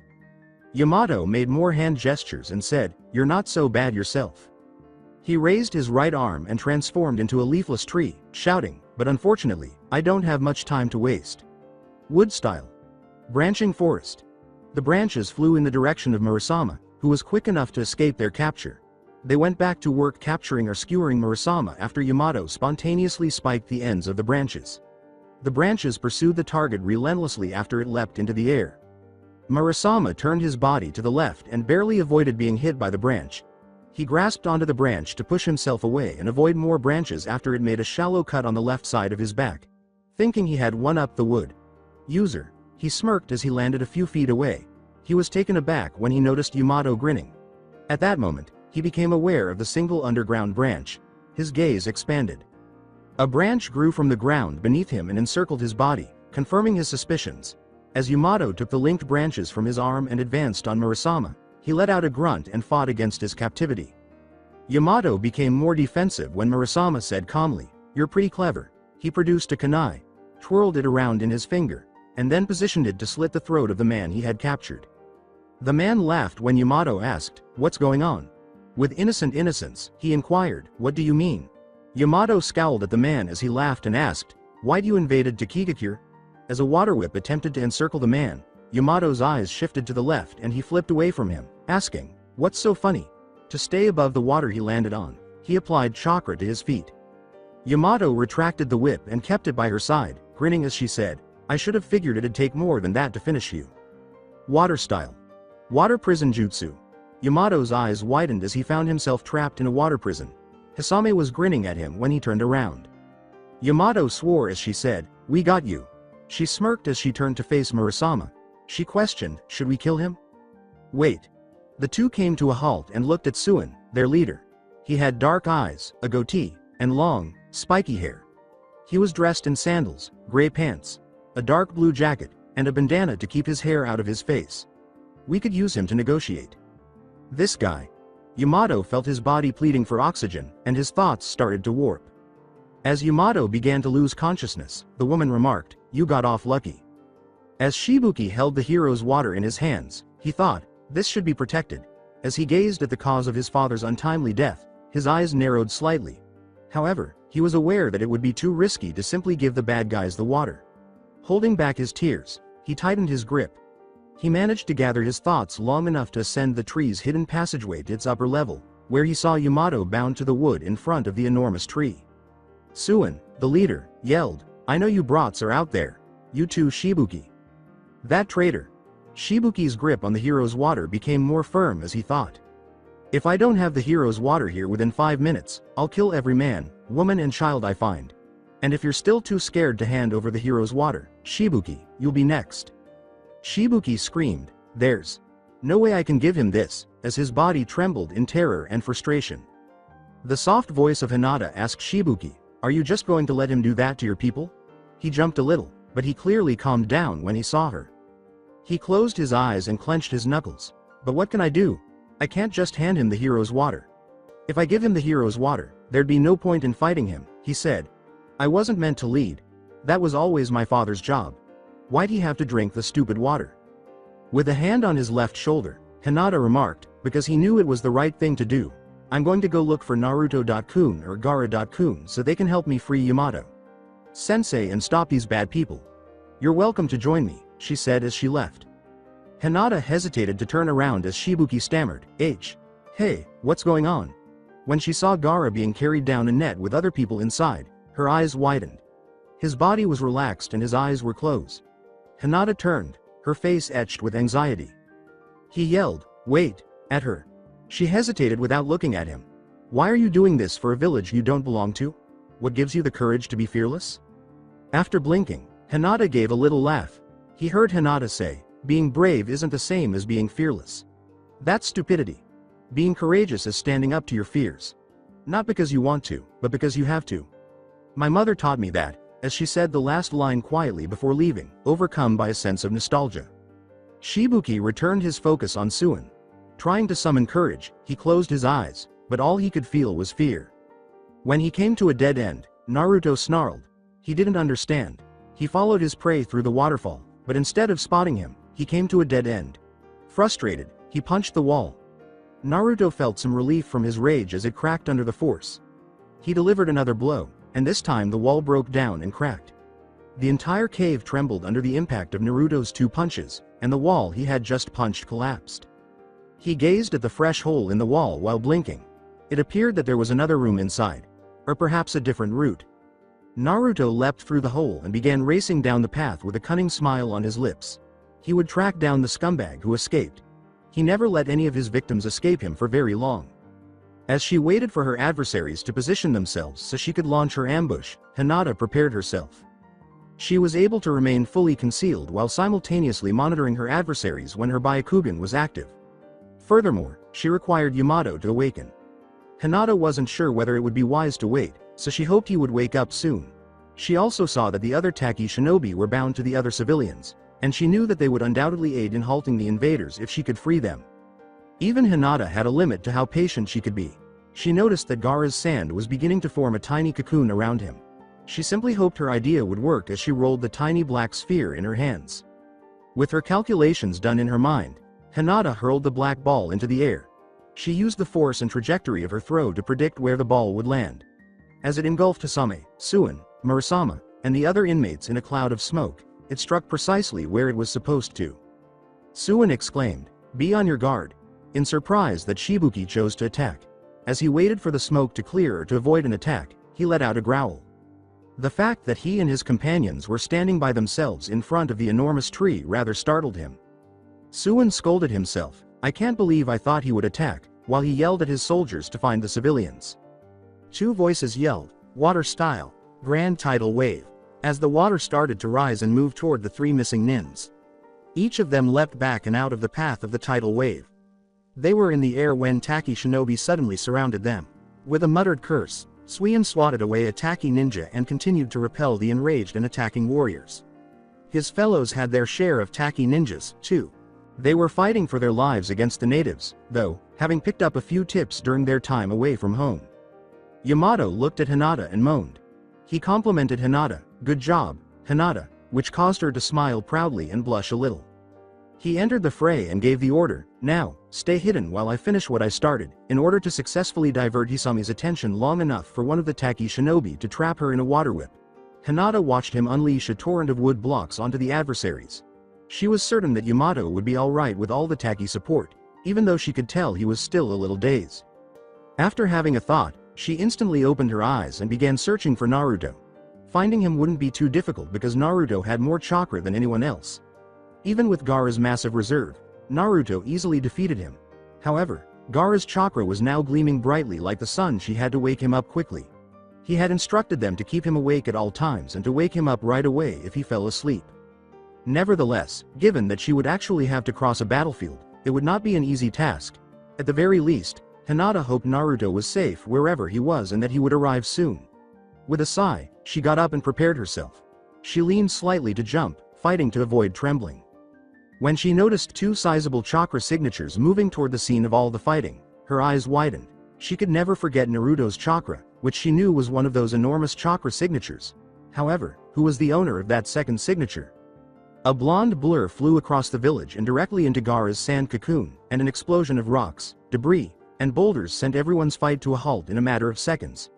Everyone turned to look at the source of the explosion, but what they saw startled them. A small black beast with large wings made entirely of chakra, 3 long tails, and glaring white eyes stood surrounded by red demonic chakra. When it noticed that every shinobi was standing in the village, it growled softly. The beast let out a growl that shook the ground as if it had taken a breath. Suin scoffing in frustration, all the Taki shinobi gazed fearfully at the beast. He said to himself, "Not it," but Hisame blinked when he heard him. Suin gritted his teeth as she asked, "What is it?" His response was, "The 7-tailed Jinchuriki," and it seemed as though the beast heard him because it vanished from view. Random Taki shinobi suddenly started to lose to an unseen foe. Yamato hurried through hand signals while muttering curses. Wooden pillars rose and pursued the flying Jinchuriki as he slammed his hands on the ground. Unfortunately, the Jinchuriki managed to attack the shinobi despite evading the pillars. He started to make more, but then he saw the enormous cocoon of sand. He let out a frustrated sigh as he dashed to halt Gaara's metamorphosis, but the flying Jinchuriki caught him off guard. When his back struck the enormous tree, he flew across the village and came to a stop. After a moment of blurred vision, he shook his head and attempted to stand. He fell forward onto his torso, his legs feeling like jelly. "I am unable to move." Not yet, he thought as he saw the Taki shinobi succumb to the village's outcast one by one. Subsequently, the Taki invaders appeared out of nowhere. When he recognized that they were in a precarious situation, he sucked his teeth. Then suddenly he had an idea. His charges were nowhere to be found. If he was correct, Naruto was also inside the cocoon, as he knew Gaara was. What about Hinata, though? When he saw Hinata sprinting from her hiding place to the constantly expanding cocoon of sand, his question was answered. He struggled to stand and eventually got down on his hands and knees, saying, "Damn it, Hinata, I told you to stay put." As he struggled to stand, he ignored the taste of blood in his mouth. Before he was able to stand, Yamato muttered, "What else can go wrong?" He clasped his hands together and started calling forth more wooden pillars to ensnare the untamed Jinchuriki. Yamato acknowledged that the beast was swift, but he was still able to keep up with a Jinchuriki in four-tailed form. He hoped not, anyway. Hinata gazed up at the enormous sand cocoon. She noticed that the two kids and their mother were in the net with Gaara, in addition to her two teammates. Whatever was going on with Gaara, she had to get them out. The issue was how she would stop Gaara and free everyone. Hinata pulled out 5 kunai and threw them all at the sand cocoon after attaching an explosive tag to each handle. They were swallowed seconds after striking the sand, and the sand muffled the explosion. Hinata made a hasty attempt to devise a better strategy, but nothing seemed to work in theory. "Naruto-kun!" exclaimed Hinata. She couldn't help trying, even though she wasn't sure if he would hear him from deep within the sand. A short burst of fire erupted from the side as the cocoon began to vibrate violently. Hinata marveled as Naruto leapt from the sand cocoon, carrying the two kids and their unconscious mother on his tails. After that, the cocoon started to disintegrate, and eventually a tiny pile of sand landed on the ground with a thump. In order to keep the mother and the kids safe from the fighting, Naruto fled to the side. Naruto ran off to stand by Hinata after ensuring that no one would touch them. After Hinata embraced him, Naruto wrapped his tails around her in return. The ground they had been standing on suddenly exploded, causing his ears to twitch rapidly before his grip tightened and he leapt off with Hinata. When Naruto's eyes caught sight of the attacking Jinchuriki, he snarled. He gave the aggressor a fierce look before feeling several jagged objects dig into his tails. He growled in surprise and then looked up to see Gaara standing there with his right arm outstretched and his palm up. He was shocked to see how completely covered in sand Gaara's head, arms, and upper torso were, resembling his inner demon, Shukaku. The sand demon's golden eyes glowed with lust for blood and mischief, and a menacing smile adorned his lips. 9 tails. You got smaller, Shukaku said, his voice laced with a sly chuckle. Ah, and if it isn't a 7-tailed bug. Before avoiding another attack from the 7-tailed Jinchuriki, Naruto merely snarled at the miniature Shukaku. Hinata watched the entire event in shock. She hoped it wouldn't turn out as bad as she had imagined, but she wasn't sure how likely it was that she would actually be surrounded by 3 Jinchuriki. Shukaku yelled, "I'd love to stay and chat, but I've got havoc to wreak." Wind style. Sandstorm devastation. As his body and face's mouths took a deep breath before letting out a huge gust of wind and a cloud of sand coated in chakra. In order to prevent Hinata from being struck by the attack, Naruto braced himself. He was startled to experience a constant stinging sensation when the jutsu struck him, and then the wind blew him across the village and directly toward the rock wall. For at least 2 minutes, his vision shook and became blurry due to the force with which his body struck the rocks. When his eyesight returned, he glanced down to check on Hinata. When she saw her eyes closed and blood streaming down from the top of her head, his concern increased. Naruto's voice sounded weak and tiny as he said, "Nada." He was so overcome with fear that he was hardly able to speak. Shukaku chuckled and started hurling sand shuriken at the shinobi that the 7-tailed Jinchuriki hadn't yet defeated. With his eyes closed, Yamato focused on gathering enough chakra to trap the Nanabi and Shukaku. He felt pressure to perform this jutsu successfully, and sweat trickled down his head. Before continuing to attack the shinobi, the Nanabi's Jinchuriki simply observed Shukaku. While searching for her allies, Hisame was fortunate to spot Murasama evading the Nanabi's assault. She rushed toward him. He shook his head in response to her question, "Have you seen Suin Sama?" They looked around, hoping to find their respected leader, but he was not there. "Do you think he ran off?" exclaimed Murasama. Hisame gave a fierce shake of her head. "He'd never do that to us," she asserted with assurance. Shukaku exclaimed, "Wind style. Air bullet." Just before a massive air bullet ripped through the ground and through the vicinity of Hisame and Murasama. The two and any nearby shinobi were thrown into the air and rendered unconscious by the force of the blow. The demon let out another air bullet and exclaimed with a sly glee, "Ha ha ha ha ha ha. I'm having a blast." The entire village would be destroyed if Yamato didn't hurry, so he cursed himself for taking so long. When the entire village was suddenly encircled by evil and heavy chakra, Yamato's eyes widened in terror and dread. A huge fireball sped through the air and struck Shukaku in the face, shattering the silence that followed the chakra with a roar. The demon was shocked by the blow and snarled in rage as he searched for the fool who had the audacity to attack him. His yellow eyes fell upon Naruto, whose body was encircled by flames of various hues. With great annoyance, Shukaku questioned, "What do you want, Nine Tails? You hurt Nada?" Naruto yelled, his voice demon-like. Shukaku grinned, then burst out laughing. Naruto zipped up to Shukaku because he didn't like it. He opened his mouth and hurled a devastating stream of flaming red fire at the one-tailed demon when he was facing him. As his sand turned to glass, Shukaku let out a painful cry.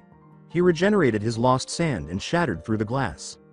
He jumped back, but Naruto ignored him and rushed up to Shukaku, his arms blazing blue.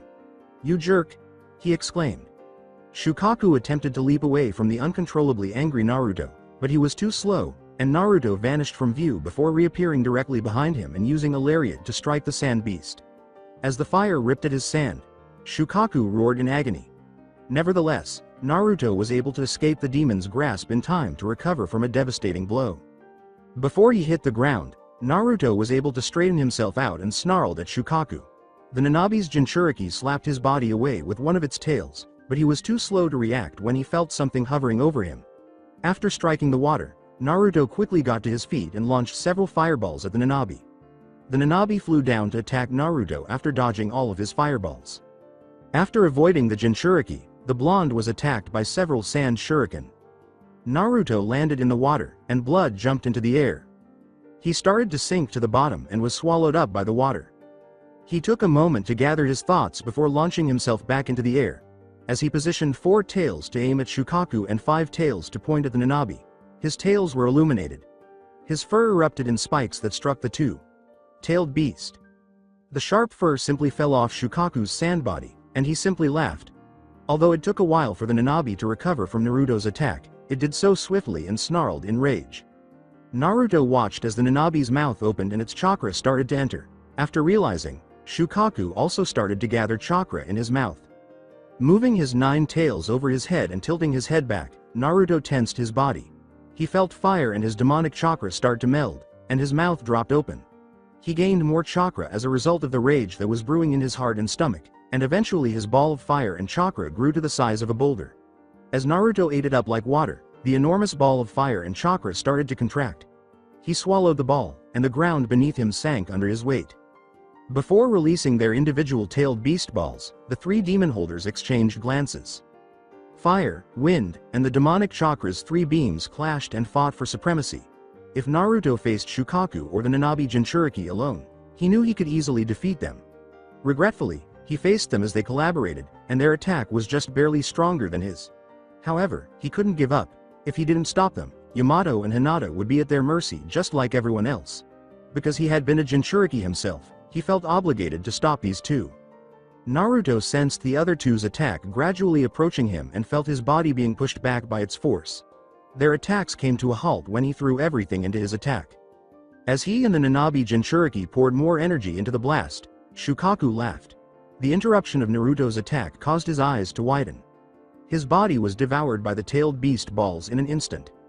A tornado of wind encircled the blast's range, and the ensuing explosion rocked the entire village. Shukaku turned to the Nanabi and laughed triumphantly. He said, "That was fun." Abruptly, they were surrounded by spiked wood pillars rising from the ground toward the center. What the? From outside the wooden pillars, 2 teal-colored whips emerged and encircled the necks of Shukaku and the Jinchuriki.